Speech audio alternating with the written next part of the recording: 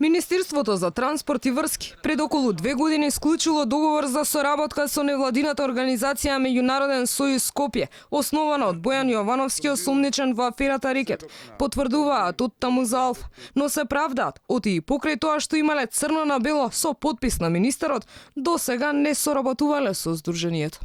Беше подпишан меморандумот за соработка со Меѓународниот сојуз, но би сакале да потенцираме дека овој документ не е правен акт, односно нема облигационо право. До сега не е остварена никаква соработка со Меѓународниот сојуз, не постои никаков договор за услуга или отворен предмет, ниту пак од тоа здружение по подпишаниот меморандум побарале од Министерството соработка за конкретен проект. Нејасно е зошто Меѓународниот сојуз не е опфатен во истрагата, кога постои веројатност, како што веќе пишуваат дел од медиумите, оти токму преку оваа организација имало трансфери на пари. Дали и колку луѓе се вплеткани во мрежата Рекет е прашање што несомнено виси неодговорено, бидејќи е познато дека Јовановски одржувал блиски контакти на највисоко ниво со државниот врв, како и со министри, градоначалници и други функционери на партијата на власт. Изградбата на старечки домови на Меѓународниот сојуз наводно била презентирана и во неколку општини низ државата.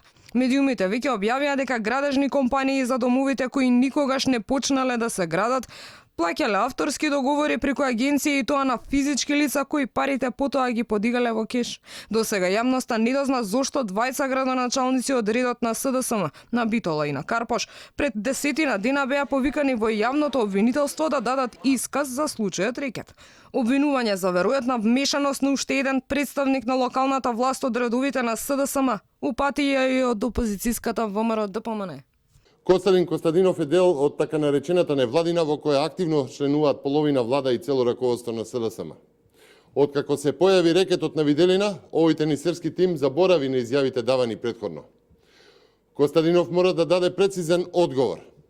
Дали го злоупотребил своето влијание како пратеник, портпарол, помошник на Заев, но и поранешен градоначалник на Струмица за остварување на корист на ова рекетарско здружение. Јовановски, познат како Боки 13, е осомничен за рекет, изнудување и перење пари.